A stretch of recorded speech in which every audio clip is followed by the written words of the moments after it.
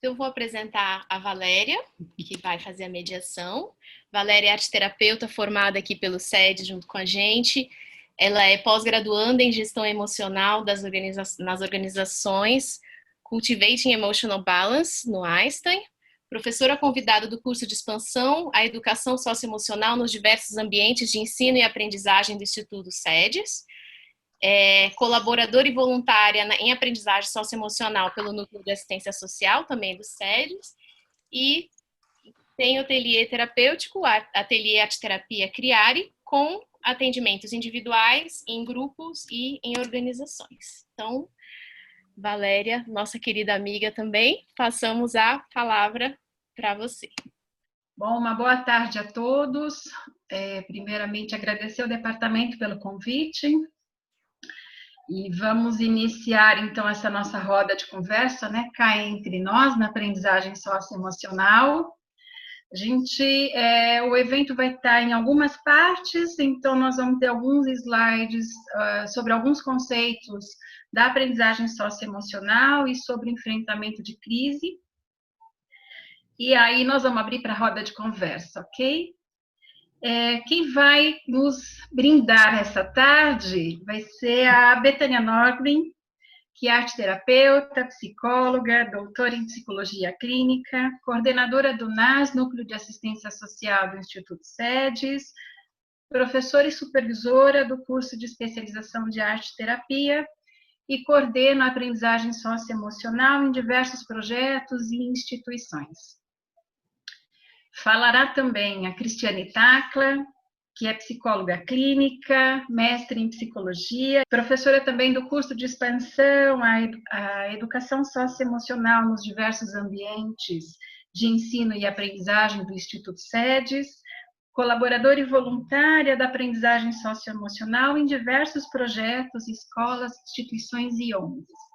Então, a todos uma boa tarde. E a gente vai iniciar agora com a Cris Tacla. Obrigada, Val. Boa tarde a todos, gente. É uma honra enorme estar aqui com vocês hoje, poder apresentar um pouquinho do trabalho que a gente faz junto, né? Dos privilégios do nosso trabalho é poder trabalhar com amigos, além de tudo, né?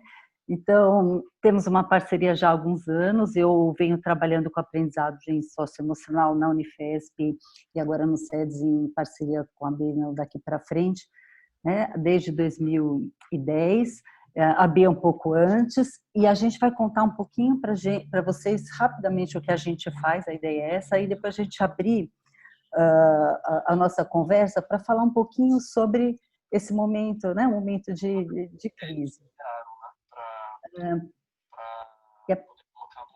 Acho que está com algum outro microfone ligado, né? Você quer colocar o primeiro slide, Nath, por favor? Bom, eu posso falar. O nosso trabalho é ajudar a grupos, né? Grupos sejam ONGs, hospitais, escolas, né? A gente vem trabalhando principalmente pelo NAS, no SAICA, e algumas ONGs e algumas escolas, no sentido de ajudar as pessoas a estruturar programas de aprendizagem socioemocional nos seus ambientes de intervenção. Bom, mas aí o que é, né? A aprendizagem socioemocional, ou carinhosamente, como a gente chama, ASE, né? Vocês vão ouvir a gente falar muito de ASE. É um processo, pode passar outro, que eu acho que é o segundo, né? Deixa eu ver. Só para vocês acompanharem. É um processo, gente, que traz, que visa desenvolver uma conscientização, um gama de atitudes e umas ferramentas necessárias para a gente estruturar em três âmbitos principais, tá? Desenvolver três âmbitos principais. O primeiro é uma relação da gente com a gente mesmo, não é? Que é basicamente ajudar as pessoas a reconhecer e manejar as suas emoções. Ou também o outro âmbito é na relação delas com os outros, então é ajudar elas a demonstrarem cuidado pelas outras e estabelecer relacionamentos positivos e saudáveis. E o terceiro âmbito é ajudar a melhorar a relação delas com o mundo. Então, principalmente, desenvolver ou aprimorar tomada de decisões conscientes e responsáveis, e principalmente ajudá-las a estruturar alguns potenciais para poder enfrentar situação de crise de uma forma bastante construtiva. A gente utiliza nesse nosso trabalho a questão do aprendizagem socioemocional. O nome vocês vão ver, quem estuda, quem trabalha com essas questões, às vezes encontra outros nomes, mas a aprendizagem socioemocional a gente escolheu estar trabalhando por aí, porque é um processo que a gente entende como uma constante mudança, um aperfeiçoamento, e tem uma dinâmica, a gente está sempre aprimorando, sempre mudando, e também porque a gente acredita que essas potencialidades, essas capacidades, essas habilidades todas podem ser desenvolvidas. Então, por isso a questão da aprendizagem, e não é aprendizado, aprendizagem porque está sempre em movimento, né? E... Tá dando... Então, sabe aquelas pessoas assim que às vezes fazem muito e depois vão pensar sobre o que fez, então são mais impulsivas e às vezes têm dificuldade de relacionamento, ou dificuldade de executar alguma coisa por conta disso, ou pessoas que são muito apaixonadas, intensas emocionalmente, mas às vezes não conseguem realizar seus projetos porque são inundadas por suas emoções, né? Ou aquelas pessoas que pensam, elaboram um monte de ideias e aí não conseguem se organizar para estruturar.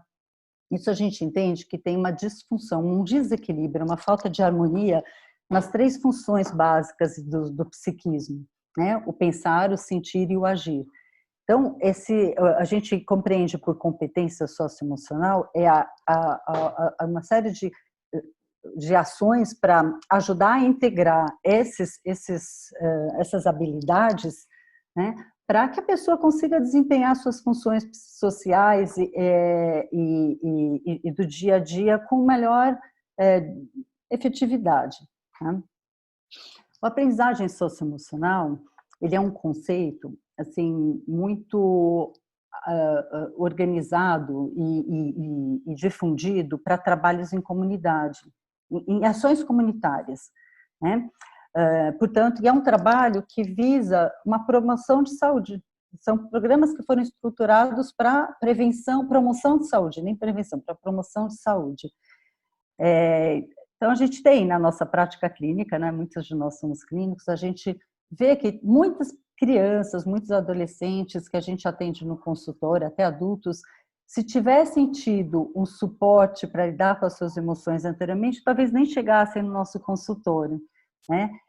Então, são ações são atitudes que a gente gostaria de tomar para ajudar essas pessoas a se organizarem e talvez nem precisar poder enfrentar melhor as suas dificuldades, as suas crises, ou as crises que existem no mundo, né? Melhorar um pouquinho suas competências para poder lidar melhor com a sua vida pessoal e até profissional, né? Acho que pode passar. Então, a nossa ideia é essa. Então, são intervenções sempre feitas na comunidade e a gente usa alguns modelos. A gente se baseia para estruturar o nosso trabalho em alguns modelos de atuação e pensamento, tá? O primeiro que a gente queria falar para vocês é o CASEL. CASEL não é, na verdade, um pensador, ele é um grupo, né? É um grupo de pensadores que se organizaram fazendo uma avaliação extensa lá na faculdade, são norte-americanos, lá na faculdade de Illinois, para avaliar todos os programas que fossem feitos na aprendizagem socioemocional e tentar compilar quais eram as principais áreas a serem trabalhadas, né? E aí eles chegaram a uma conclusão de que todos que foram efetivos, foi um estudo de meta-análise muito grande, que todos que foram efetivos eles tinham em comum algumas áreas. Eles criaram esse modelo, que é um modelo para guiar um trabalho. Assim, né? Então, onde qualquer intervenção que você fizesse, qualquer que fosse a sua abordagem teórica, deveria conter, ou ele sugere que contenha essas 5 áreas do conhecimento a serem trabalhadas. A primeira, né, ela diz respeito ao autoconhecimento, né, que é a pessoa ser capaz de reconhecer suas emoções, de seus valores, de saber seus limites, suas competências, suas habilidades, e a partir daí elas terem poderem até aprimorar sua autoestima, né, ter uma ação mais prática dela com ela mesma. Depois, a outra área que eles indicam que seria interessante trabalhar seria a autorregulação. A autorregulação é o potencial que a pessoa pode ter para manejar, tá, as suas emoções, seus pensamentos e suas atitudes, tá? Não é só a parte da emoção, mas que também são importantes para executar as suas tarefas e isso tem uma implicação também importante nos relacionamentos. Essa seria assim, uma área para a gente estar trabalhando a questão da nossa relação com a gente mesmo, né? E depois a gente passa para um outro âmbito, que é a nossa relação com o outro, né? Por meio do desenvolvimento das habilidades socioemocionais, das habilidades de relacionamento, né? Que aí entram as possibilidades de melhorar a comunicação, de percepção do outro, de cuidado com o outro, e de a resolução de conflitos e de problemas, né? E depois uma outra área que começa mais uma relação, não de mim com você, com vocês, com o social, da pessoa com o outro, mas sim da pessoa com o mundo, com o seu mundo, que é a tomada de decisão responsável, né, que implica muito em você ser capaz de estar também resolvendo os problemas, de mostrar estratégias, de ter uma posição mais ética no mundo, né? E a consciência social também seria uma retomada da empatia do seu papel no mundo, de que a gente também é um agente transformador, né? E todo esse modelo ele está muito inserido num projeto, num modelo de pensamento que a gente acredita que é muito centrado na relação.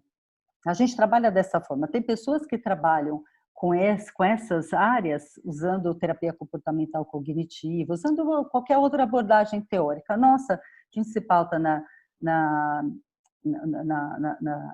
no centramento das relações e no modelo proposto por Bronfenbrenner da visão sistêmica, tá? Por esse modelo,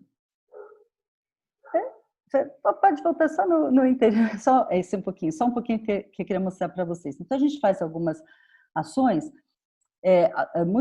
por exemplo, aqui o modelo que é o modelo de escola, tá? Mas a gente pode colocar a gente tem colocado em ONGs, no SAICAS, e a gente, por meio de uma intervenção, às vezes, dentro de uma sala de aula, a gente já trabalha as questões de relacionamento, as questões mais pontuais que estão acontecendo, e também isso vai ajudando a formar uma prática de que a gente chama de uma cultura de aprendizagem socioemocional, né? Que vai envolvendo a escola inteira, então, principalmente em atitudes, em pensar um jeito de lidar com as pessoas. Isso vai saindo desse âmbito, indo até para as comunidades, para a família.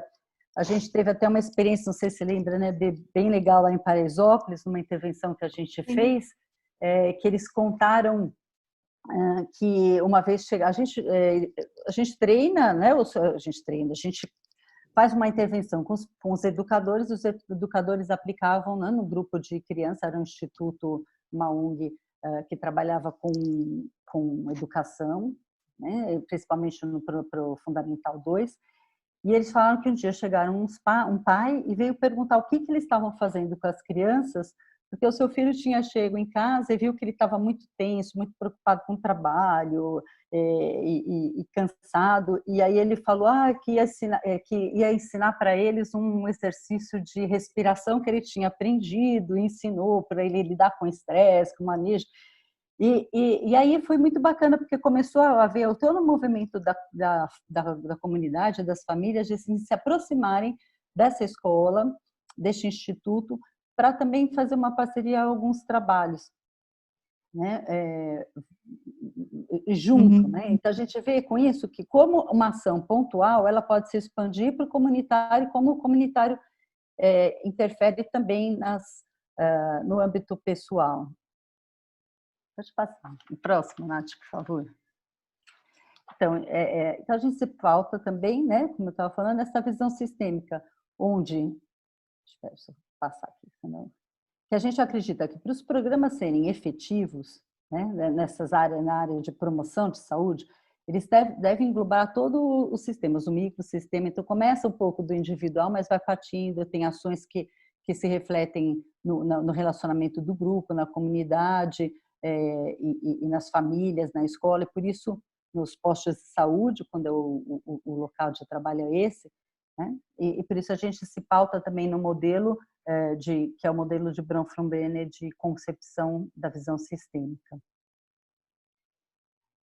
E por fim, um outro que a gente se apoia, pode passar o último, por favor. Um outro que a gente, e outro nosso referencial, são como que a gente faz isso, né? A gente faz usando muito a arte, né? A arte-terapia, que a gente acredita que é um instrumento, um modo de ação que é muito importante para promover as competências socioemocionais, no sentido, né? A gente vê na nossa prática, a gente cria, a gente recria, a gente destrói o que a gente fez, a gente muda o que a gente fez. E nessa transformação, a gente faz transformações internas que promovem todas as principais competências sociais e emocionais. E o processo criativo, ele permite ressignificar a nossa dor, ressignificar o momento difícil que a gente vive em determinadas fases, e por isso ele favorece o enfrentamento da situação de crise, que é uma questão que a gente queria conversar um pouquinho agora com vocês, se caber, vai colocar um pouco. Bom, acho que agora sou eu que começo a falar, né, Cris? Fiquem à vontade para entrar quando você quiser. Bom, pessoal, super obrigada pelo convite, e eu queria também estar dando boa tarde para todo mundo. Fiquei muito feliz de estar aqui com vocês. Infelizmente, eu não estou vendo todo mundo por conta do meu equipamento, mas ok. Então, assim, bom, a gente acabou tendo que enfrentar uma baita de uma crise, né, neste começo de ano, com a pandemia. E aí a gente achou que ia ser interessante conversar um pouco sobre isso, né? Qual é a crise, o que é a crise, qual é o sentido que isso pode ter na vida da gente. E aí, assim, crise é um ponto crítico, né, uma situação ambígua, que traz a possibilidade de crescer e a possibilidade da gente se dar mal, né? Então, tem essa característica da oportunidade do perigo. Isso é muito forte na crise. Se você quiser, acho que você pode ir, Nath, para o próximo. É um período de desorganização do funcionamento de um sistema. Então, a gente é um sistema que a gente se desorganiza. Por quê? Porque a gente não tem capacidade, naquele primeiro momento, de lidar com essa situação, seja interna, seja externamente, né? A gente como indivíduo. Então, se a gente lembrar um pouco, quando a gente quando começou a pandemia, né, em março, a gente não sabia usar a internet, a gente não sabia, no primeiro momento a gente achou que a gente ia poder continuar fazendo algumas coisas, depois a gente viu que não, que a gente tinha que ficar em isolamento, e aí a gente teve que se deparar com uma série de dificuldades, né? A gente teve que aprender a lidar com morte, a lidar com perda, a não poder prantear essas mortes e essas perdas. Então, uma série de coisas foram muito complicadas e muito delicadas para a gente, né? E acho que a gente, se a gente não tivesse essa coisa, essa possibilidade de se conhecer um pouquinho e verificar o que é importante para a gente, para poder estruturar de uma outra forma, né, se estruturar de uma outra forma, estruturar de outra forma o ambiente em que a gente está, eu acho que a gente teria muito mais dificuldade para enfrentar o que a gente enfrentou. Próximo, por favor. Então, as crises são esses ambientes, esses períodos, né, de instabilidade intensa, né, e que muitas vezes impede a mudança porque a gente perde o padrão de relação. A gente não sabe como se relacionar com isso, né, e às vezes não tem como está fazendo isso. Algumas pessoas adoecem nesse modelo e aí elas têm dificuldade em lidar com a situação e dificuldade em resolver, porque os mecanismos usuais de resolução de conflito, eles não funcionam, porque eles vão além, né? Então, nesse sentido, a crise ela é autolimitadora. A gente tem que aprender a lidar com essas atitudes, né? E mudar o padrão, o repertório habitual, tem que ir além, tem que dar esse salto qualitativo para a gente poder crescer, para a gente poder, sei lá, dar significado ao que a gente está vivendo. E esse é o grande desafio desse momento, né, que todos nós estamos vivendo. Próximo, por favor. No enfrentamento de crise, a gente tem que levar em consideração quais são os fatores de vulnerabilidade. Cada um de nós tem alguns.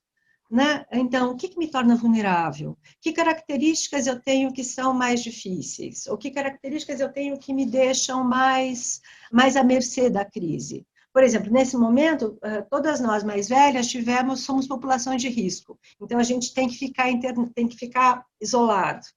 Né? Além de idade, de saúde, tem as questões psicológicas, tem as questões emocionais, tem as questões de como eu me relaciono com o mundo, tem a questão de que se eu tenho fé ou não tenho fé, se eu acredito em alguma coisa maior ou não, né?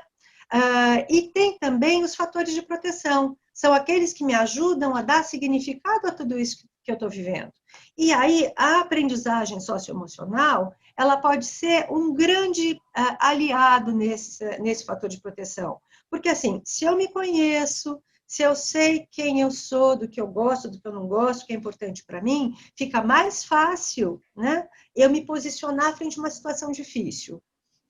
Se eu sou alguém que tem fé na vida, não estou falando nem fé religiosa, né, mas se eu tenho fé, se eu acredito que as coisas vão dar certo, isso também pode ser um fator de proteção para mim, se eu tenho um olhar mais positivo para a vida.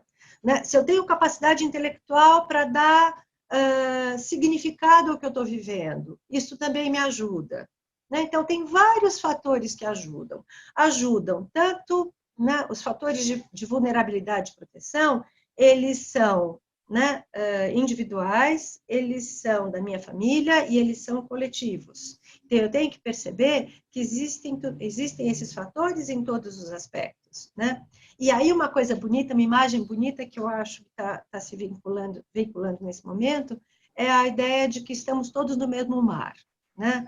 A gente não está no mesmo barco, mas a gente está no mesmo mar. Enfrentar esta pandemia é uma questão de todos nós. Agora, a gente tem recursos que são diferentes, né? Então, a gente está numa situação de risco que ataca todo mundo, que atinge todo mundo. Mas como a gente lida com o risco, e se a gente vai adoecer, não, frente ao risco, tem a ver com os nossos fatores de vulnerabilidade e proteção. Porque é nessa hora que eles aparecem. E aí, e o complicado nesse momento, que não é só uma questão de adoecimento, adoecimento físico, pegar Covid ou não, que já é muito grave, Mas a questão muito séria que está com a gente nesse momento é o adoecimento psíquico, é o adoecimento emocional, né? Dá para a gente ver o tanto de casos de violência, de depressão, de ansiedade, muita coisa que está surgindo, e é muito difícil a gente lidar com tudo isso, né? Além desses aspectos, então, dos fatores de vulnerabilidade, proteção, do risco, tem o estilo preferencial de enfrentamento. Quer dizer, existem modos de enfrentamento. E a gente, às vezes, ao longo da vida, vai desenvolvendo um modo que é meio da gente, tá? Então, eu posso ser aquele fulano que reclama da vida e tudo está difícil. Eu posso ser aquele que vai e mete as caras e faz. Eu posso ser aquele que recua e fica parado e não consegue. Ou eu posso ter qualquer outro jeito que é meu, percebe? E eu preciso ir atualizando isso e talvez usando outra forma de enfrentamento do que eu sempre usei. Porque às vezes esse momento pede algo além. Uma outra coisa quando a gente trabalha com promoção de saúde, que vale a pena a gente estar atenta, é essa frase do Ruther. Ele usa para criança, mas serve para qualquer pessoa, né? Ele diz que um único estressor não tem impacto significante no desenvolvimento de uma pessoa, né? Mas que a combinação de 2 ou mais estressores pode aumentar a possibilidade de consequências negativas, ou seja, de adoecimento. Então, se a gente parar para pensar, nesse momento, né, a população toda, a gente teve que lidar com muito mais que um estressor. A gente lidou com muitos. A gente lidou com a possibilidade de adoecimento, isolamento, ter que ficar próximo, às vezes, de relacionamentos complicados, ou então não, ter que ficar distante, crise financeira, crise política, não é? Aprender novas tecnologias. Então, a gente tem né, assim, depoimentos muito bonitos. Né? Eu estou na diretoria do SEDES nessa gestão, faço parte da equipe da diretoria. E aí a gente fez o acompanhamento com todos os professores para a gente ver como é que a gente... No começo a gente não tinha ideia do que fazer. Nós e todo mundo, né? Não somos só nós do SEDES, o mundo todo.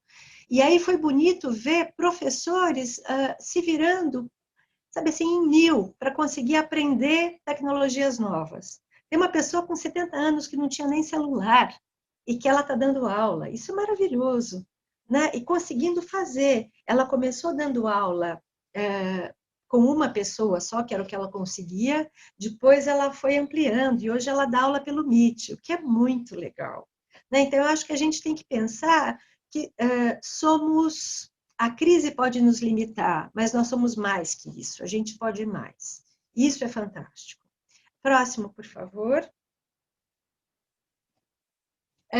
Então, a gente está enfrentando uma crise que é complexa, e aí, o que eu estava começando a falar, né? Numa situação, num primeiro momento, a gente estava numa situação de emergência. E aí, a gente tem que sair tomando atitudes que são drásticas, não tem jeito. Numa hora de emergência, a gente tem que arregaçar a manga e fazer alguma coisa. Né? Então, a gente teve, sei lá, pensando um pouco no SEDES, ou no consultório, a gente teve que mandar mensagem para os pais, a gente teve que atender as pessoas, a gente teve que correr, ver como é que a estrutura do SEDES ia estar funcionando, quem vai ficar, quem não vai ficar, o que vai acontecer. Quer dizer, tudo isso, num primeiro momento, fez com que a gente tivesse que tomar atitudes que eram pontuais e que eram de emergência mesmo. Quer dizer, uma casa está pegando fogo, não adianta eu ficar pensando o que eu vou fazer, eu tenho que apagar. Né? Eu tenho que... E assim foi nesse momento, né? Em 20 de março. A gente tinha que apagar o fogo, tinha que lidar com aquilo da melhor forma possível para salvar as pessoas. Né? Essa era a ideia. Então, a gente começou com algumas ações, seja arrecadar cesta básica, foi sei lá, mandar mensagem para as pessoas, telefonar, estar mais atento, verificar como é que a gente lidava. Para quê? Para as pessoas conseguirem manter o mínimo de estabilidade emocional para lidar com o que vinha, que a gente não sabia quanto era. E a gente não sabe ainda, né? Para falar a verdade. A gente, no primeiro momento, em março, acho que a gente achou que a gente ia enfrentar uma crise de 2 meses, 1 mês, 2 meses, sei lá, a gente achava que junho, julho, tudo estaria resolvido. E olha, a gente está em setembro. E a perspectiva de voltar está ficando distante, né? Antes de vacina, isso está ficando meio que inviável. Então, vocês percebem, uma crise que era de emergência, uma situação de emergência extremamente grave, foi se transformando numa situação, aspas, tá? Porque ainda não é, mas crônica. Ela foi se cronificando. E aí, as atitudes que a gente passou a ter que tomar mudaram. Né? Porque, assim, bem ou mal, a gente aprendeu a lidar com algumas coisas. A gente aprendeu a lidar com o Zoom, a gente aprendeu a lidar com o Meet, a gente aprendeu que dá para fazer arte-terapia online, algo que a gente jamais imaginou que fosse possível. Né? No primeiro momento, a gente falou, nossa, não dá para dar aula no Meet de arte-terapia. E a gente viu que dá. Né? A gente foi criando, foi fazendo, às vezes a gente usa Meet, às vezes a gente usa WhatsApp, às vezes a gente está no celular, às vezes a gente está no computador. Minha imagem, eu estou num lugar que o celular não pega, que a internet não funciona direito, então hoje eu estou no celular, porque meu computador lá, eu estou com internet boa, mas eu estou com um computador que gira, então é complicado. E aí a gente vai tendo que fazer adaptações, percebe?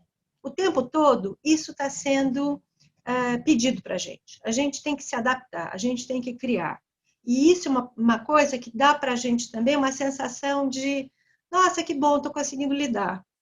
A outra coisa importante, né, nessa situação que vai cronificando, se eu começo a pensar muito, nossa, eu só vou sair de casa daqui a 1 ano, daqui a 6 meses, sei lá quando, vai dando um desespero. E aí, às vezes, a gente entra num processo de negação, o que é muito ruim. Então, imagina, já fiquei tanto tempo, não deu certo, e eu desisto de tudo e vou para a rua. A gente vê pessoas fazendo isso. Imagina, não tem, no coronavírus não é tudo isso, a gente precisa voltar para a vida e vai. Então, tem pessoas que vão entrando num processo de negação, o que é muito duro e muito ruim. Então, às vezes não adianta me desesperar, porque eu não sei quando vai acontecer. Mais do que nunca, o importante é viver o dia a dia, é viver hoje. Né? E eu tenho que aprender que eu tenho que tentar fazer o melhor que eu posso hoje. Né? Que é isso que me tem. Então, eu projeto para o futuro, eu tento verificar o que eu vou fazer, eu me preparo, eu cuido, mas eu tenho que ver o que eu dou conta nesse momento.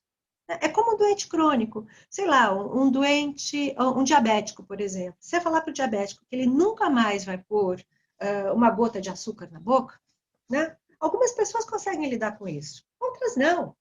Outras ficam desesperadas. Né? Então, a gente tem que ser capaz de ajudar as pessoas a lidarem com esse momento, porque é muito difícil, é muito delicado. Né? E a gente tem que perceber que a gente, cada um lida, né, da sua forma, cada um dá conta de algumas coisas e não dá de outras. Então, alguns raciocínios que a gente passa a ter são de redução de dano. Então, algumas pessoas estão tendo que sair de casa para dar uma volta no parque, uma volta no quarteirão, porque senão elas adoecem. Então, de novo, a gente volta para a aprendizagem socioemocional, lá para o autoconhecimento. E o que é importante? É importante eu perceber quem eu sou. O que é importante para mim? O que é fundamental para mim nesse momento? Porque, assim, só se eu fizer esse trabalho de olhar de verdade para mim e poder olhar, né, o que eu quero e como eu quero, o que é importante para mim, eu vou conseguir dar um pouco de significado para tudo isso. Senão, a gente corre o risco de sair igual que a gente entrou. Né? E assim, ao mesmo tempo que essa crise foi muito dura, né? E tem gente que perdeu amigo, perdeu um parente, perdeu a vida, isso é muito duro e muito triste. Né? Tem gente que, pela pandemia, pelo isolamento, começou a perceber que estava vivendo de um jeito muito ruim, muito difícil, muito vazio. Então, eu acho que é nessa hora que a gente pode tentar ressignificar tanto a vida da gente quanto quem eu sou, e o que eu quero da vida, e o que é importante para mim. Então, alguns casamentos estão indo por água abaixo, agora outros estão se solidificando. Algumas crianças estão com crise de ansiedade, outras estão ficando bem. Então, tem de tudo. Né? Crianças que às vezes têm dificuldade no relacionamento social mais próximo, estão gostando de ter aula online, ou crianças que queriam ficar mais com a família. Então, você tem N possibilidades. E eu acho que é isso que a gente tem que estar atento. a gente tem que pensar, né? Nosso trabalho está no começo, está no meio, sei lá onde é que ele está, né? Mas eu pessoalmente não gosto do termo novo normal, eu acho horrível, né? Normal eu já acho horroroso, porque assim, o que é normal? Sei lá, né? Cada um vive de um jeito e vai dizer que o meu jeito normal e o teu não é. Quem sou eu para falar isso, né? Então, eu já não gosto do normal. E novo normal piorou ainda, entendeu?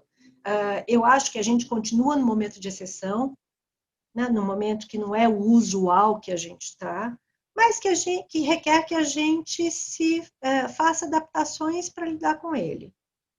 Tendo muito claro, assim, o que eu posso, né?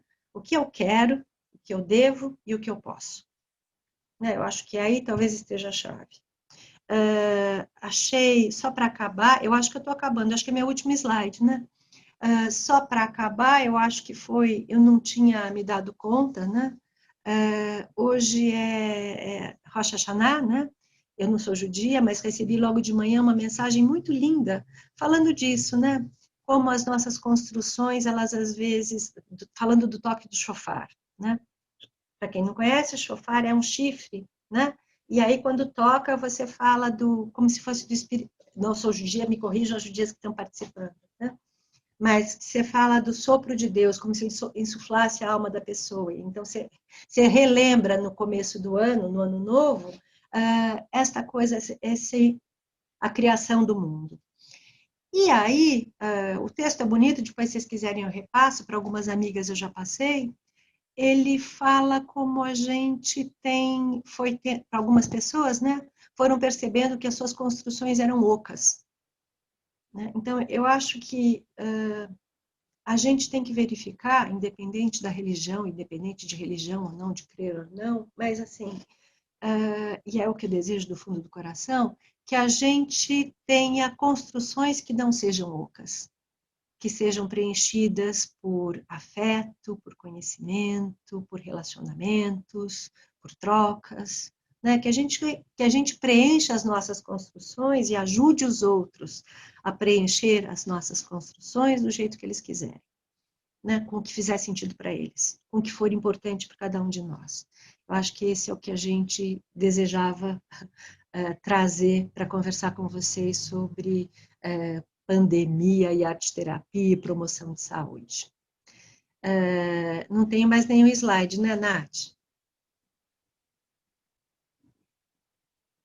Aí, agora, antes da gente ir para a roda de conversa, Cris e eu... Quer entrar, Cris? Estou aqui. Então tá. Cris e eu, a gente queria propor uma coisa para vocês. A gente queria que vocês tivessem 5 minutinhos, tá?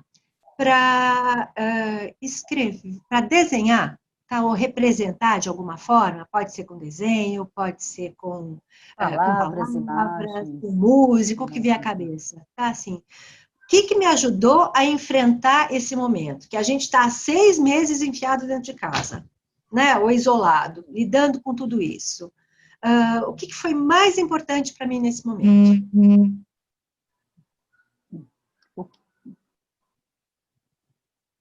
É isso? Qual a imagem, palavras ou cores, traços que vocês sentem que representa esse momento de crise, essa crise, né, da pandemia? Mas se no alguém papel? quiser um minutinho para pegar papel, pode ser papel, porque daí a ideia é que a gente mostre para todo mundo. Eu não vou ver, mas eu acho que vai ser super legal. Depois eu vejo no criatividade. Já veio uma palavra da Ilka. Quem tiver sem papel pode escrever no chat, boa. Ou se quiser escrever no papel também, depois a gente abre e todo mundo mostra para todo mundo.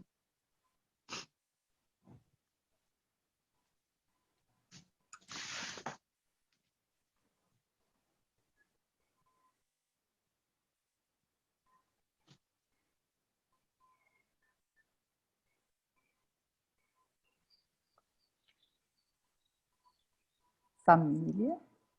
Vou dizer na fala, rápido, porque aqui está com um pouco de barulho, não quero que interfira. perspectiva de mudanças. Mudança para melhor. Esperança. Que lindo, Elô, obrigada. Para mim, a maior questão foi o tempo de parar, o tempo cronológico, que passava de maneira diferente, aceitar o tempo que passava sem fazer, aceitar o tempo do outro, o ritmo do outro, o ritmo de ir aprendendo novas situações, novas configurações. Então, foi o tempo de uma maneira diferente. Tá? Angélica. Ai, que lindo, Angie.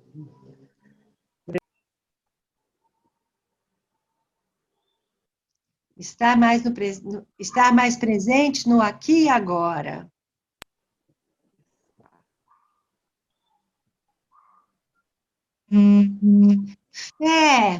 Tempo de Kairos, criatividade. Colagem em talhe e madeira, xilogravura. Olha cada coisa bonita. Ai, ai. Tem conexão comigo e com Deus, cuidado com corpo e alma. A gente está falando aí de, num determinado momento, acho que todo mundo fez uma busca interior, né? Uma busca para si.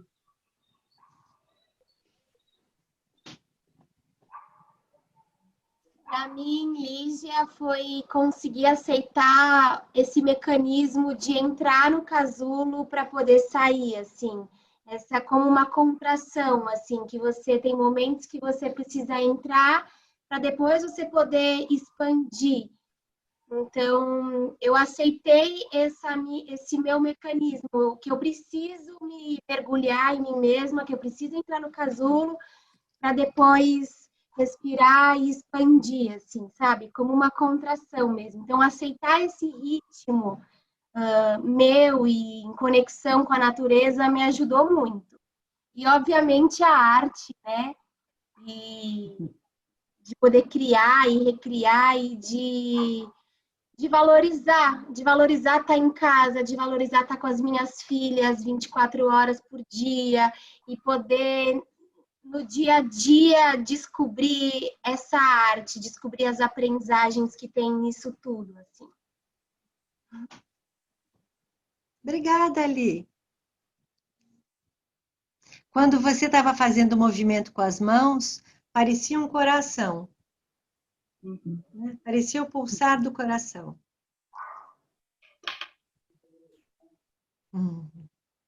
Oi, eu acho que eu não conheço ninguém, na verdade. Eu vi o evento no Facebook, que é muito interessada, mas eu queria só mostrar que, na verdade, eu escrevi algumas coisas e o que eu coloquei aqui foi exatamente um coração. Essa coisa do pulsar e, enfim, de aprender a lidar as coisas com mais empatia, aproximar da minha família, enfim. E acho que o que eu coloquei foi mais a minha família mesmo e a minha relação comigo mesma. Então, aprender a ter um tempo de qualidade comigo. Eu acho que isso era coisas que eu nem pensava antes. Eu só estava na correria, sempre com alguém, ou sempre fazendo alguma coisa. E agora eu tenho muito tempo. Então, tipo, o que eu gosto de fazer? Como que eu gosto de, sei lá, aprender mesmo. Tipo, sei lá, cozinhar. Cozinhar é uma coisa que eu tô fazendo, não fazer antes. Então, passar um tempo comigo mesma. E eu queria mostrar o coração, porque você falou, e eu falei, meu Deus, acabei de escrever um coração. Legal, que sintonia, né? É, bacana. Muito bacana. Obrigada. Mais alguém É quer é um tempo, né, gente, para a gente se conhecer, né? Isso tem a ver com o que a gente está falando de autoconhecimento. A gente precisa estar com a gente mesmo, né? E às vezes a gente esquece disso na correria do dia a dia. Não é para todo mundo que é fácil, né? A gente está com a gente mesmo. Alguém mais? Selma, seu microfone está desligado. Para mim, o que me ajudou muito foram duas coisas. Uma é poder me lembrar de outros momentos na humanidade em que as pessoas passaram por situações extremamente difíceis, como nos campos de concentração, na Segunda Guerra e tal, e me dar conta que, por pior que seja, essa é uma situação bem diferente, com muito mais conforto, né? Com televisão, internet, comida, pelo menos para mim, né?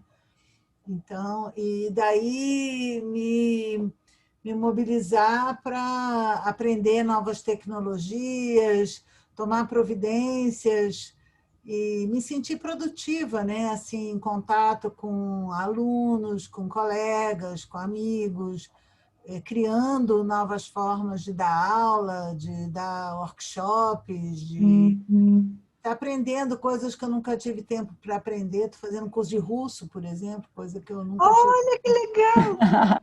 Selma, que bárbaro! Que legal, Selma! Nossa, que legal! É muito Selma lindo. sempre inventando umas coisas diferentes, né? Que delícia! Não, Selma, você falou um negócio que é fundamental, né? Eu acho que assim, é a gente perceber tudo bem, tá difícil, mas podia estar bem pior, né? Então, eu acho que essa noção de que o momento está complicado, ok, mas é um vírus super chato que mata um monte de gente, mas você já imaginou se fosse com ebola? Ou já imaginou se fosse, quer dizer, dá para piorar sempre, né? Então, tem uma situação que ela é caótica, mas lembrar um pouco disso, colocar em perspectiva é algo super importante. E é lindo ver como você está produtiva, Selma. Muito, É verdade. né? Eu lembro de conversar com você, Selma, no comecinho da pandemia, e você fala, eu estou aqui, eu atendo meus pacientes no horário, depois eu acabo tudo, eu vou tocar violão. Ai, que delícia! Desde o começo eu já estava lá, super articulada, super conectada com a arte. É um desafio, né? É um desafio. Pode sentar e ficar se lamentando ou esfregar as mãos e começar a tomar providências, né? Como é que eu posso fazer dessa situação a melhor possível, né? Por ser judia, eu também penso muito nessa questão dos campos de concentração. Então, muitas vezes eu pensei na Anne Frank, né? Assim, quando eu me dou por estar em isolamento, e principalmente pelas minhas filhas estarem em isolamento, porque, eu consigo superar, mas eu fico pensando na dor das minhas filhas, que elas precisam se socializar, e daí eu penso que a Anne Frank escreveu aquele diário, e que é uma inspiração, e que se tornou livro, e se tornou uma peça de teatro, e assim, da capacidade também, assim, pode não ser o ideal que eu estou oferecendo para elas, mas quantas coisas boas que a gente pode desfrutar disso, né? De estar junto, de estar aqui em casa, de ensinar elas a cozinharem, de ensinar elas essas delicadezas do dia a dia. E daí, para além também do que tem no mundo, né? Na história da humanidade, aqui e agora, né? Assim, quanto eu sou privilegiada, assim, né?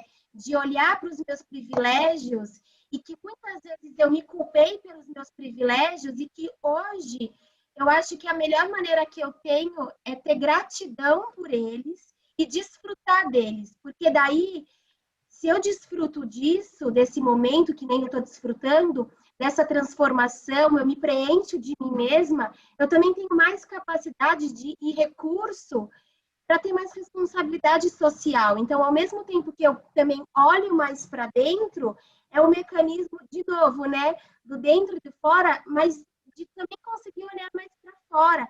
Então, eu também comecei a ter muito mais ações sociais, assim, neste momento, né? De pandemia. Então, né? De olhar para isso, né? Como a gente é privilegiado, né? Assim, isso é muito muito bom, assim, queria que todo mundo pudesse ter isso, né? Então, também tem isso. Com certeza, né? A Segunda Guerra Mundial terminou. Então, eu tenho avós que passaram pela guerra, tiveram que ficar dias sem comer, enfornado, enfim, situações, os campos de concentração, guetos, esse negócio foi ontem, né? 45, 40. Então, quando a gente pensa nisso, e na capacidade de sobrevivência que muitas dessas pessoas tiveram, é o que nos toca agora, né? Com outras possibilidades de comunicação, imagina. a internet, telefone, a possibilidade de comunicação que nos dá, né? Naquela época não tinha nada. A facilitação de interação, né? Que a gente consiga ficar cada um no seu quadradinho, né? Antes a gente pedia para as pessoas saírem dos quadradinhos. Hoje a gente tem convidado as pessoas para cada um ficar, quem pode, dentro do seu espaço, com o melhor do cuidado possível.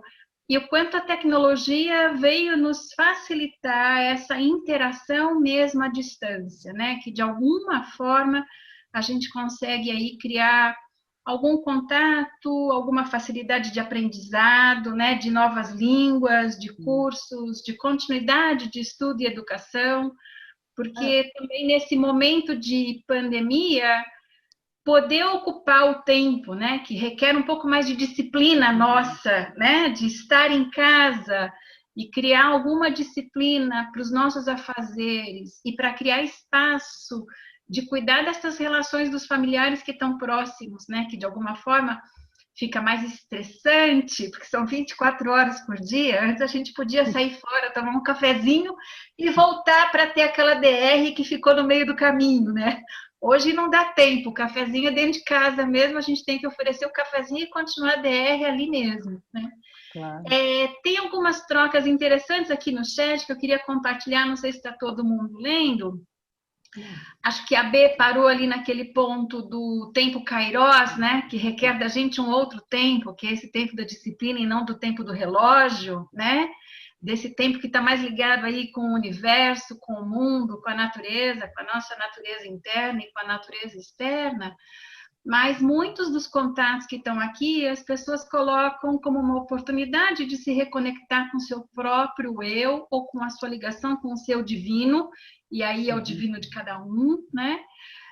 Muita gente coloca aqui uma questão de muito consumo de arte, leitura, filme, desenhar, dançar, estudar, que também tem ajudado nesse contato consigo mesmo. Tem aqui resiliência e esperança, consciência de transformação como um aspecto positivo que fez refletir durante esse período de pandemia. Poder fazer tudo com muito mais calma, porque antes a gente vivia num mundo muito acelerado, sem tempo para nada, correndo atrás de muita coisa. E talvez quando a gente prioriza aquilo que é importante para a gente dar tempo de fazer as coisas com mais calma. Tem aqui um comentário dizendo que estas lives que são oferecidas, entendo eu aqui pelo Departamento de Arte e Terapia, com troca com os arteterapeutas, trouxe muito conhecimento e tranquilidade, uma possibilidade de estar em contato com quem está longe, num contato muito nutritivo, né? A gente também vivencia hoje, né, para além da pandemia, além da doença, além do vírus, né, do coronavírus, a gente está vivenciando aí guerras, destruições, incêndios pelo país, né, e pelo mundo, coisas que a gente vê que parece que tem hora que não dá conta de ver tanta coisa. A destruição que aconteceu no Líbano, que foi uma tragédia imensa, né? Então, acho que o tempo todo a gente está recebendo aí muita coisa, o mundo todo e muita transformação, que de alguma forma está exigindo da gente aqueles aspectos do socioemocional, que é como é que eu absorvo isso tudo, o que é que eu faço com isso, e que ação e que atitude eu vou tirar a partir disso tudo, né? Como é que eu vou aproveitar esse espaço aí para ressignificar muita coisa da vida, né? Mas, Val, sabe que eu tenho, né, que, claro, acho que todos nós estamos observando muito que, paralelamente a isso, eu acho que a gente formou, e é no mundo, né, uma rede tão grande de solidariedade, né, de solidariedade, que eu acho que, ao mesmo tempo que você está falando, né, umas mensagens tão bonitas de conexão consigo, com seu Deus interior, também está tendo, né, essa conexão, às vezes, com gente que a gente não conhece, em ajudar o próximo e das formas mais variadas possíveis, às vezes, né, sem sair de casa, e tem gente que desde o começo está saindo para organizar abrigos, para organizar alimentação para quem precisa, um pouco de conforto, saúde, e com isso a gente tem visto muitas coisas, muitas situações difíceis serem amenizadas, e isso eu acho que é tão rico, porque é para o além da nossa conexão com a gente mesmo, né? Eu acho que está muito num plano espiritual, não é? Claro, no sentido bem mais amplo, que eu acho que daí tem a ver com as guerras que a gente está vendo também, né? Como também essas guerras, e mesmo na época do Holocausto, de todo esse momento tão difícil, todas as perspectivas históricas que a gente teve de grandes tragédias e grandes dificuldades no mundo, como nasce isso? Então, acho que é como se fossem duas forças opostas, né? Uma quase titânica e outra, né, quase divina, que se contrapõem e também balança um pouquinho nosso lugar no mundo, a nossa esperança, né, o nosso fortalecimento e o nosso papel, né, como cidadão e agente transformador, né, do mundo. Sim. É interessante, né? Porque, assim, para mim fica uma questão muito paradoxal o tempo todo. Quer dizer, esse momento que a gente está vivendo, eu acho que ele é completamente, bom, atípico, espero, né? Que não se repita, mas traz essa sensação de paradoxo que vocês estão levantando, né? Então, assim, eu lembro que logo que a gente começou a pandemia, uma amiga querida morreu. Não foi de Covid. E aí, assim, para mim, eu sou católica, me veio uma dor tremenda de não poder estar junto com a família, que é uma família que eu gosto muito. E aí, a gente não tinha recurso para lidar com isso. A gente conseguiu fazer um evento para ela 30 dias depois. Aí aquilo caiu como um bálsamo. E aí, então, tem isso, essa coisa que a gente foi descobrindo como dar significado. Voltei a atender. Sei lá, tem alguns clientes que eu conheci por vídeo. E é louco, porque assim, a gente conseguiu estabelecer um vínculo que eu achei que não dava para fazer, e ao mesmo tempo que a gente está distante, eu estou dentro da casa dela, ela está dentro da minha.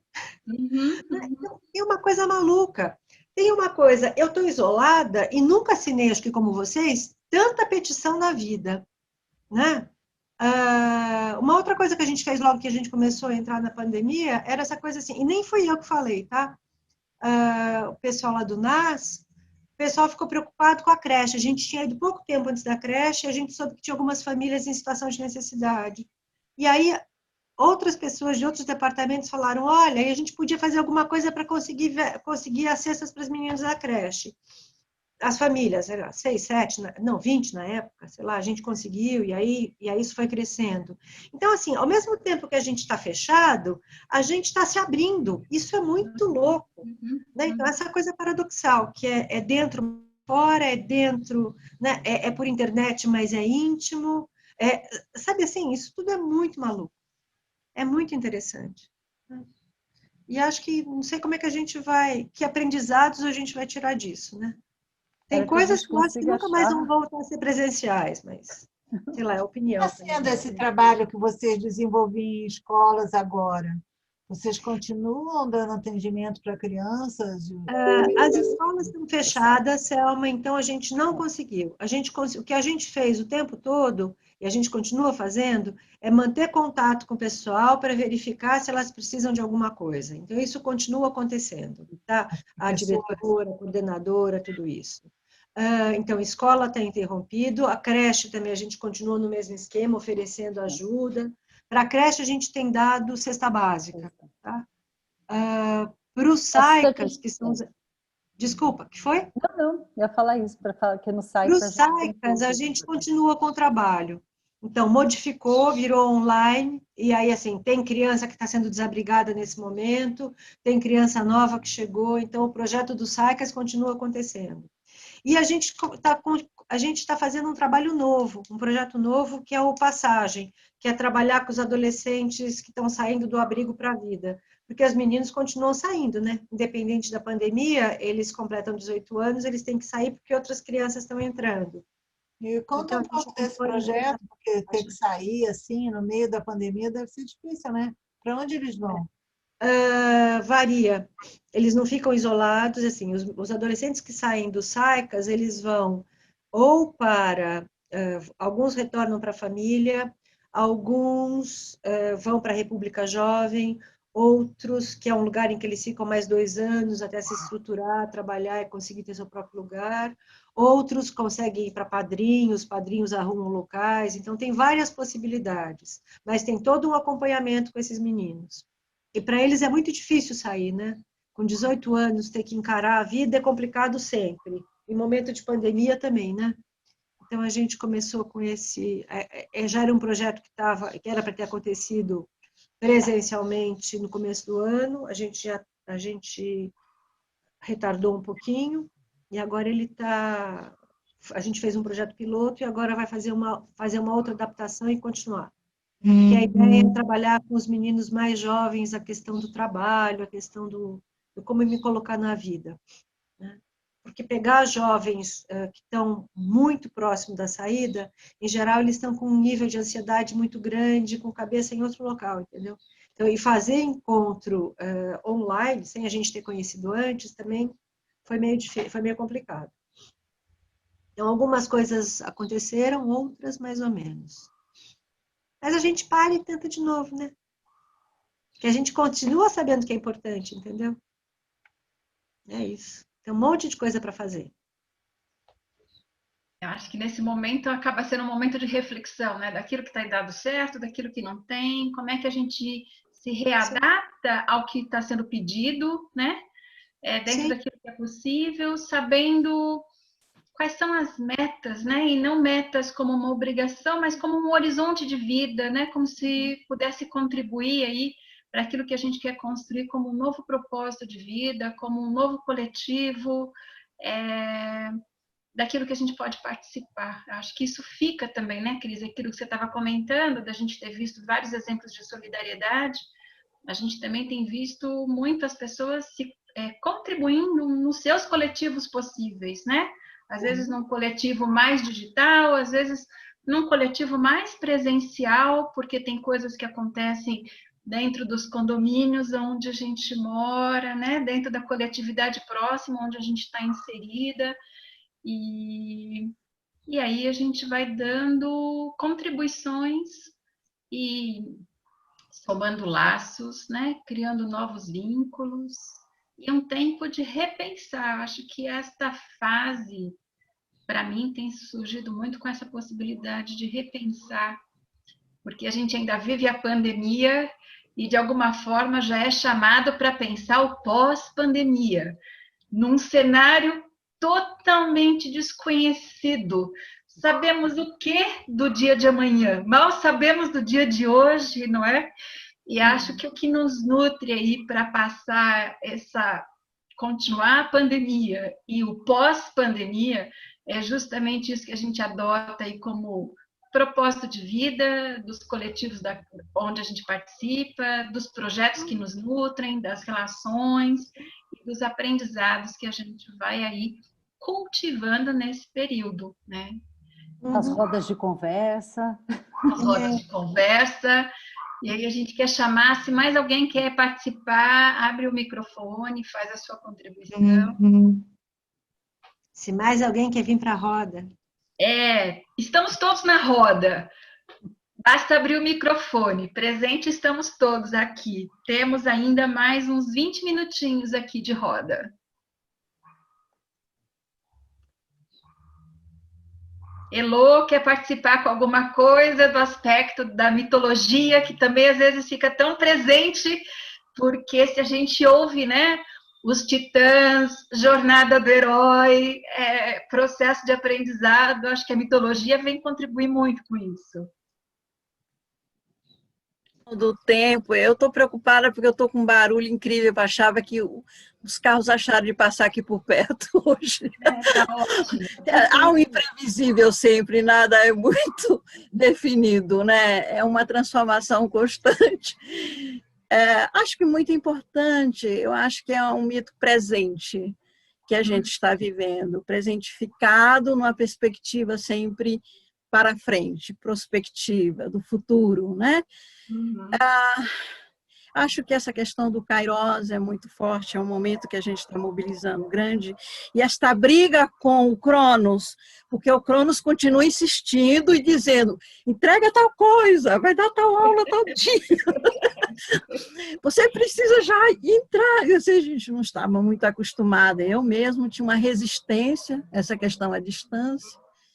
Então, eu acho que é o mito da transformação que nós estamos vivendo intensa, e que eu sinto uma luz neste mito, no sentido de que não é uma guerra ainda, não é uma guerra que acaba com tudo e que aconteceu nos campos de concentração. A gente está tendo um tempo de olhar para si próprio, para o outro, e de buscar, algo que eu quero muito me aprofundar e trazer, os sentidos desse movimento, dentro, inclusive, de uma visão mais junguiana, pós-junguiana.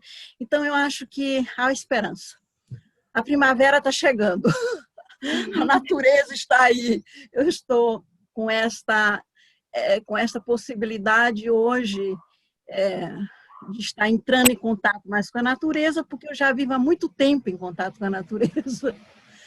Está me favorecendo isso, que eu nem usufruía direito, indo demais para São Paulo. Então, eu acho que a questão... Eu recrio o mito. Acho que o mito não deve ser repetido, ele deve ser recriado e ressignificado. É o mito da transformação, eu estou com ele. Mas é muito angustiante. Paralisa, movimenta. Paralisa, movimenta. Carregado também de ansiedade, a gente retoma tudo isso. Eu estou muito envolvida com este mito contemporâneo, em transformação. E que a gente é capaz de recriá-los. É o que eu poderia dizer dentro dessa todo o meu envolvimento com o mito, né? E que eu vou estar, em algum outro momento, me dedicando a aprofundar um pouquinho com vocês. Estou esperando um momento com muito medo, porque essa coisa de live, para mim, é uma realidade nova. Acho que para todos nós. Eu estou falando, já que você instigou um pouquinho. Mas é isso. Mas eu acho que nós fomos poupados de coisas muito mais trágicas. Eu sinto isso. Podíamos ter questões, apesar de que as guerras acontecem em outros níveis aí, né? As violências estão acontecendo. Mas nós temos possibilidade de fazer agora a introspecção, dialogar com o outro, dialogar com nossos familiares e de reinventar a vida. Entre morte e vida, luto, renascimento. Do renascimento eu prefiro agora escolher. Bonito. O que está sendo muito difícil agora no momento, mais do que esperar por essa vacina, são essas notícias dessas queimadas. Ai, que horror! No Pantanal, na Califórnia, na França, o mundo está pegando fogo. Essas imagens dos animais queimados, morrendo, sem muito vida. triste, né? Eu não aguento ver isso, porque isso eu acho que é produto do... Né, parece que foram 5 fazendeiros que começaram essa queimada, né? Puseram fogo. Loucura. Então, Nossa, é muito triste. É revoltante mesmo. Assim, não consigo... Natureza e nós mesmos. Lidar com isso do que com o coronavírus, sinceramente. Eu acho que é isso, né, Selma? É lidar com o que é mais desprivilegiado ainda, porque, assim, bem ou mal, a gente está podendo parar, ficar em casa, né, ficar em isolamento, e ficar pensando, trabalhando, fazendo mais coisas ou não, com mais tempo ou menos tempo, mas a gente está tocando a vida, né, e está podendo dar significado a tudo isso.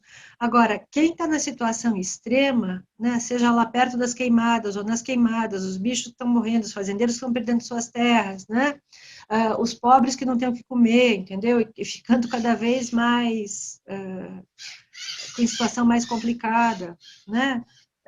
Aí se depara com uma situação que você fala, nossa, e agora? Né? Como é que a gente faz? O pessoal que precisa do INSS, que os médicos não estão voltando, quer dizer, tem muita coisa. O Líbano, que foi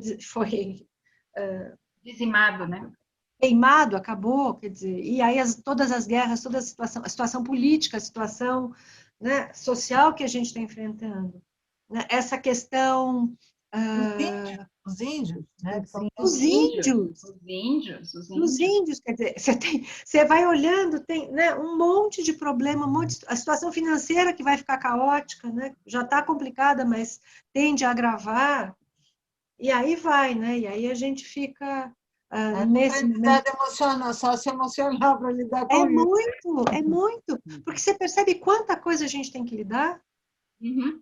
E tem muita coisa, a maior parte delas a gente não tem controle algum, né? Não tem a possibilidade alguma. Fora que educação, né? Se a gente parar para pensar, quer dizer, educação pública, não precisa nem ser pública, né, Lígia? Como é que as crianças vão lidar com esse ano de escola, entendeu? Escola online, quer dizer, uau, né? Para adultos, ok, a gente consegue absorver, a gente consegue. Olha, a gente está conseguindo bater papo que é o que a gente queria, né? Na nossa roda de conversa. Mas somos adultas agora. Como é que você faz isso com criança de 6 anos, de 7 anos? Então, você tem uma série de coisas que vão acontecendo e que você fala, nossa, e agora? E aí, né, Elô, se não tiver luz no fim do túnel. Oi! Já estava, não é, gente? Isso já estava acontecendo. Veio ao palco, já estava acontecendo, né? Todo esse processo. Precisava ser revelado mais e para a gente poder ver como a gente pode estar resgatando, né? Tudo isso. Realmente muitas violências. Mas eu queria fazer um depoimento interessante de... Eu moro aqui perto de Carapicuíba, eu estou muito lidando com as pessoas nessa região. É um dos municípios mais pobres, ou se não o mais pobre de São Paulo, daqui da grande São Paulo, né? E eu tenho entrado em contato muito com mães, com vós, com crianças, e é interessante, queria dizer isso para vocês, as situações difíceis, as perspectivas de emprego difícil, mas os contatos que eu estou tendo com eles me mobilizam esperança. Não, é meio paradoxal o que eu estou dizendo para vocês. Eu não estou em contato com os índios, mas com eles aqui eu estou. Eles mobilizam. Tem uma que disse assim, sabe, eu vou dizer para a senhora, porque eu só estava saindo para o emprego toda hora, desesperada para ganhar o dinheiro, eu pude ficar um pouco em casa e a minha hemorragia parou, eu pude descansar, eu pude, então, conversar um pouco com meus netos, né? Uma pessoa empregada doméstica com condições bem precárias. Então, eu estou vendo pessoas nessas condições mobilizando esperança para mim. É impressionante. Eu estou atendendo, estou ajudando, e elas mobilizam esperança para mim. Quer dizer, é como se a gente juntos estivesse elaborando lutos. Então, isso me faz ter esperança, você entende? Porque são eles que estão me falando, que estão menos favorecidos também, aqui pertinho de onde eu moro e que eu estou fazendo isso. Então, essa ambiguidade que você coloca, e essa questão da sombra e da luz, essa questão, é isso que faz a gente viver e sobreviver, e não entrar na depressão e morrer, não é? E são esses meus pacientes, essas pessoas que estão atendendo de graça aqui, toda essa parte aqui, e com essas condições, que eu estou pegando aqui, que eu estou aqui muito próximo deles, né?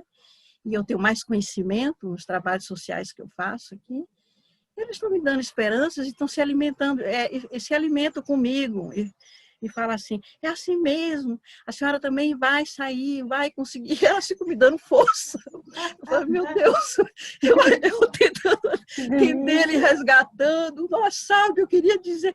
Aí eu fico, meu Deus, o que faz eles sobreviverem? Viverem, e na miséria às vezes, cantar, dançar, sair, com pessoas que estão com corona do lado deles ali, o filho ali com corona, meio isolado, só 2 cômodos.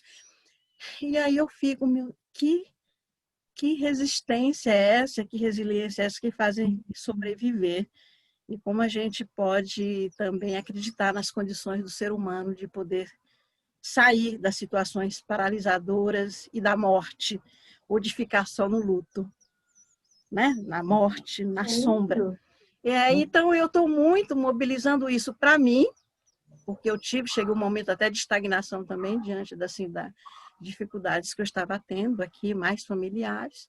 Mas, assim, eles que me mobilizaram, às vezes, assim, é uma troca. E Jung traz muito isso, que o grande processo de troca é a grande realimentação de vida, não é? É na troca de almas, né? Que vai resgatando, um vai compensando o outro, é uma coisa assim impressionante.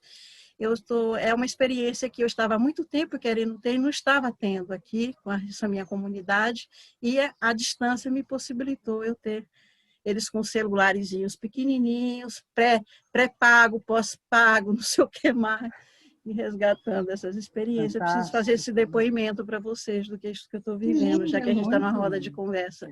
Isso está me alimentando.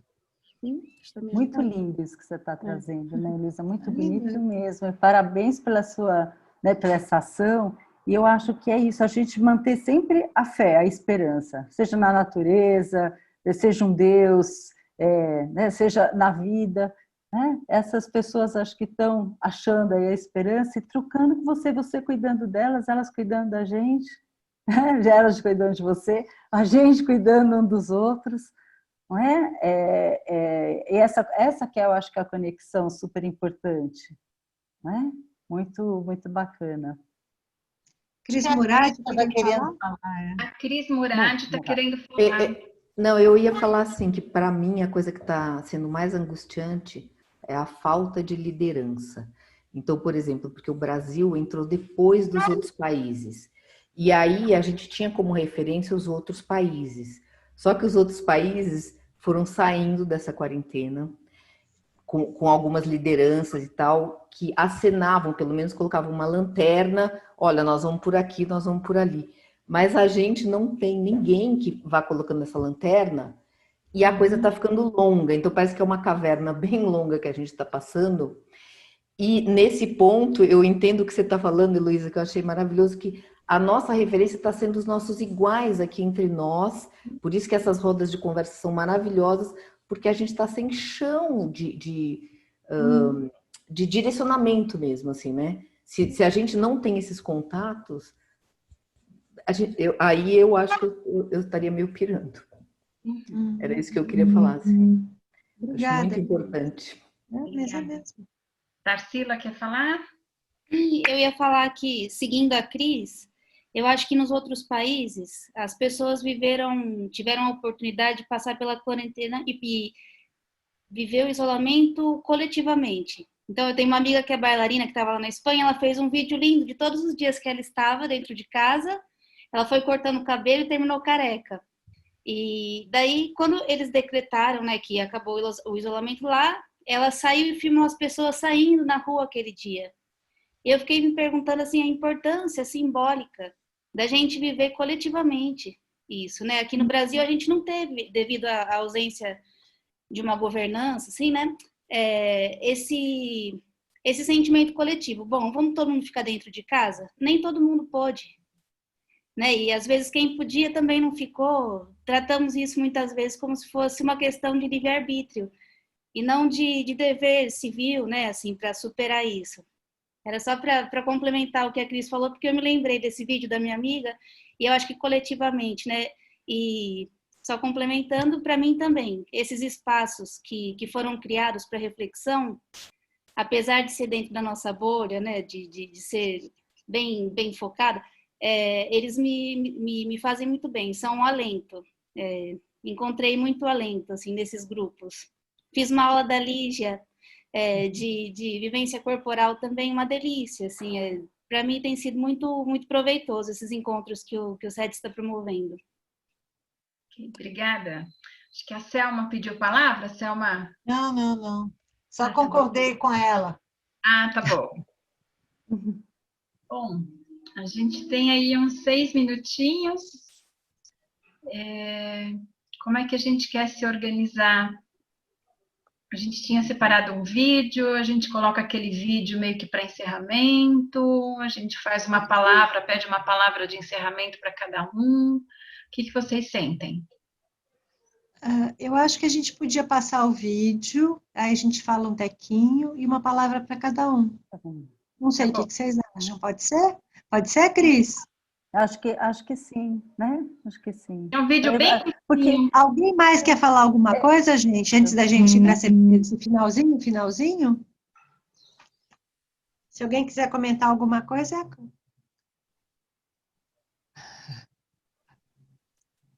é do departamento. Aqui.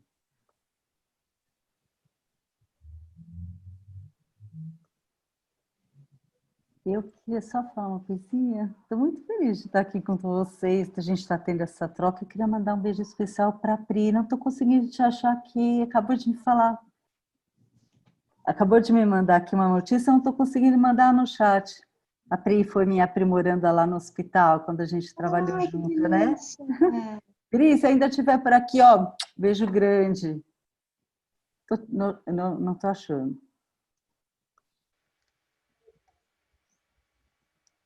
Tá. Nath, você consegue pôr o filme para gente?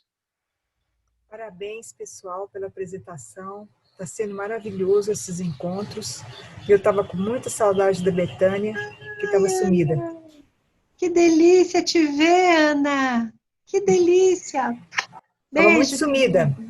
Beijo. Ai, beijinho, Ana. Bom te ver.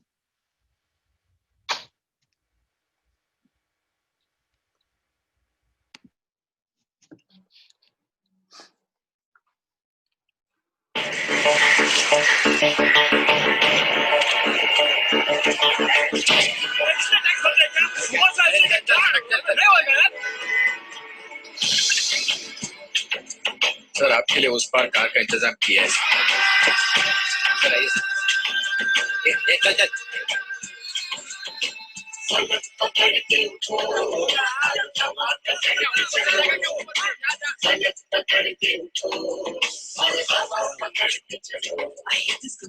चलो तो हिंदुस्तान चले चलो तो हिंदुस्तान चले चलो तो हिंदुस्तान चले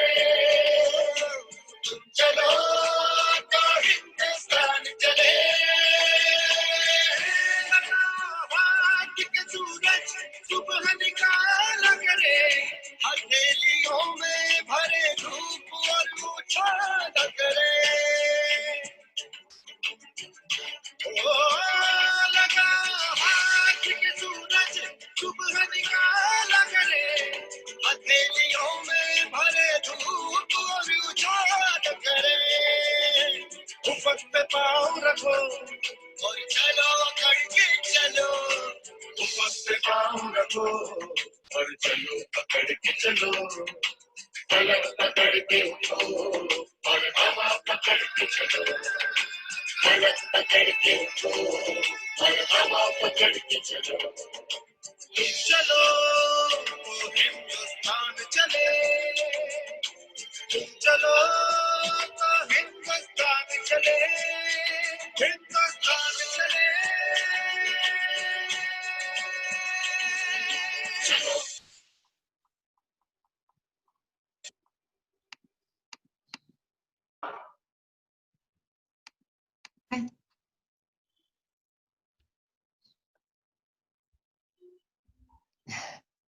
Juntos a gente pode muito mais, né, gente? A gente queria deixar essa mensagem para vocês, né, como um até breve, né? Um encerramento desse nosso encontro. Foi muito bom estarmos aqui. Estaremos de novo na próxima sexta, né? Com outras pessoas, outros palestrantes, mas aqui juntos. Eu também quero agradecer a oportunidade. Acho que esse encontro realmente nutre a nossa alma, né? Uma boa tarde a todos. E acho que, quer dizer, e eu queria terminar falando que, assim, muito bom estar com todo mundo, com a Ana, com a Simone, com a Ange, com o pessoal que está aqui, com a Selma, com a Valéria, com a Cris, com a Nath, com a Lígia, com todo mundo, né?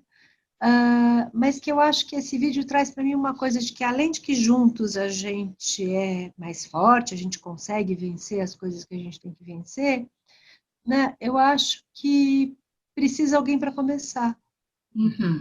Né? E acho que, assim, às vezes a gente se sente que nem um menininho, né? Empurrando a árvore. A gente tem que fazer a parte da gente. A gente tem que ser capaz de jogar a pedrinha no lago. E aí, às vezes tem gente que vem junto e ajuda, e às vezes não, mas a gente jogou a pedrinha no lago. Eu acho que o convite é que para cada um de nós, que a gente seja capaz de jogar a pedrinha no lago, que a gente seja capaz de começar a empurrar a árvore, por maior que ela seja. Eu acho que é esse meu desejo do fundo do coração. E muito obrigada por todo mundo participar.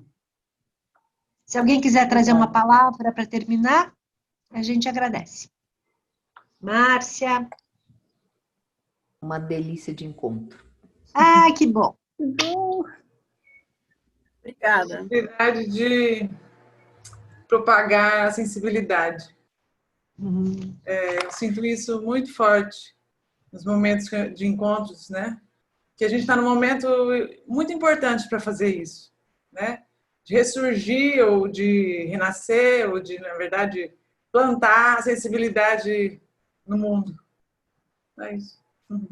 Obrigada. Conectividade e afeto. Obrigada. Conexão. Conexão. Obrigada. Gratidão. Pode falar. Aconchego. Delícia. Eu acho que para mim trouxe muito conhecimento. Eu sou recém-formada, assim, me formei ano passado, então aprendi muito com vocês hoje. Foi só um encontro, mas eu aprendi muito, muito, muito. Então, acho que conhecimento e conexão é a palavra. Obrigada.